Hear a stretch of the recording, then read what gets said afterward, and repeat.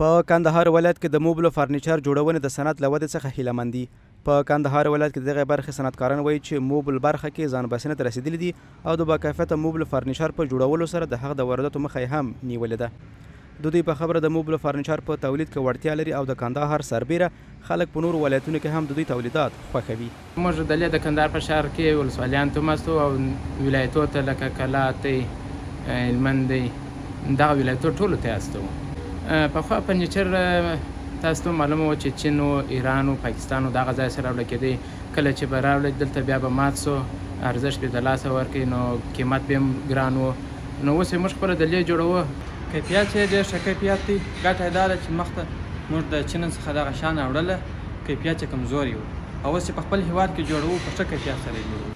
په همدې حال کې د کندهار د صنایعو قانون خونې مسؤلین وایي اوس مهال په دغه ولایت کې د موبل فرنیچر د تولید 12 سترې او کوچنۍ کارخونې فعالیت کوي.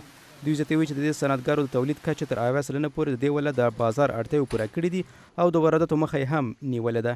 د یادې خونې مسؤلین دغه راز د کورني تولیداتو څخه د ملاتړ په موخه د نندارتونونو پر پرانیستلو هم ټینګار کوي. زموږ د هغه سکتورو څخه چې خودکفایي حالت ته رسېدلی دي، یو هم د فرنیچر د جوړولو کارخانې دي چې الحمدلله پر ځان باندې متکي سوي دي.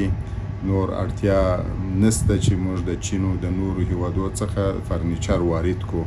موږ په دې برخه کې بې شمېرې کارخانې لرو چې تقریبا د 1200 په شاوخوا کې زموږ سره ثبت او راجستر دي. له دې سره تر دې وړاندې په دغه ولایت کې د اړتیا وړ موبل فرنیچر له بهره واردېدل، خو د صنعتکارانو په خبره اوس مهال د غوره کورني تولیداتو ډیر د خلکو پام ځان ته اړولی دی.